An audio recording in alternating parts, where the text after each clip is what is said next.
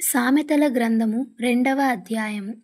నా కుమారుడా, నీవు నా మాటలను అంగీకరించి నా ఆజ్ఞలను నీ యొద్ద దాచుకొనిన ఎడల, జ్ఞానమునకు నీ చెవియొగ్గి హృదయపూర్వకముగా వివేచనను అభ్యసించిన ఎడల, తెలివికై మొరపెట్టిన ఎడల, వివేచనకై మనవి చేసిన ఎడల, వెండిని వెతికినట్లు దాన్ని వెదికిన ఎడల, దాచబడిన ధనమును వెదికినట్లు దాన్ని వెదకిన ఎడల, యెహోవా యందు భయభక్తులు కలిగియుండుట ఎట్టిదో నీవు గ్రహించెదవు.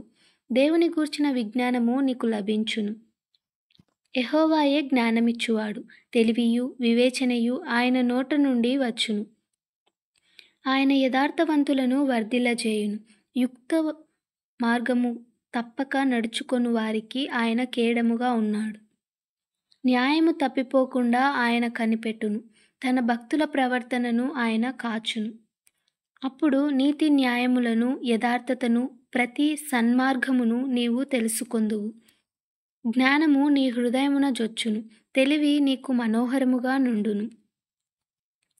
బుద్ధి నిన్ను కాపాడును. వివేచన నీకు కావలి కాయును.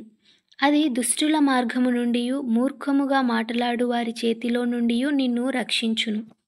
అట్టివారు చీకటి త్రోవలో నడవవలెనని యథార్థ మార్గములను విడిచిపెట్టెదరు. కీడు చేయ సంతోషించుదురు. అతి మూర్ఖుల ప్రవర్తన యందు ఉల్లసించుదురు. వారు నడుచుకొను త్రోవలు వంకరవి. వారు కుటిల వర్తనులు. మరియు అది జారస్త్రీ నుండి, మృదువుగా మాటలాడు పరస్త్రీ నుండి నిన్ను రక్షించును. అట్టి స్త్రీ తన యవ్వన కాలపు ప్రియుని విడుచున్నది. తన దేవుని నిబంధనను మరచున్నది. దాని ఇల్లు మృత్యువునొద్దకు దారి తీయును.